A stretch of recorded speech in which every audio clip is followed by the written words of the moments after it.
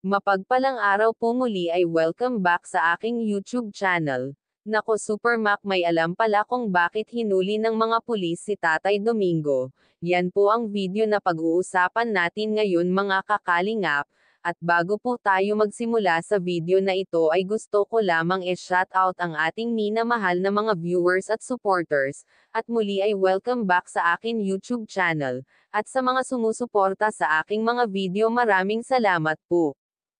Dara nagulat nang biglang may dumating na mga pulis, at hinahanap ang kanyang tatay. Super Mac, lumitaw na para ebanyag ang katotohanan kay Dara, dahil awang-awa na sila kay Dara.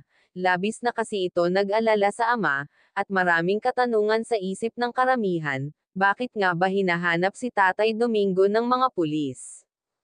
Tara at alamin natin sa pamamagitan ng videong ito.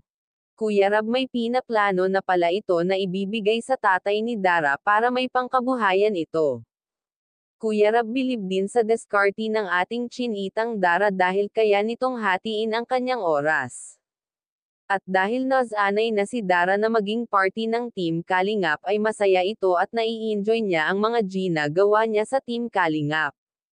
At maganda naman ang pakikitungo sa kanya dito. Kaya si Dara ay masaya ngayon sa mga kasamahan niya sa Team Kalingap. Dahil mabuti ang kalooban ni Dara at walang tinatago na masamang ugali, totoo talaga ito sa sarili, ay marami ang biyaya na dumarating sa kanya.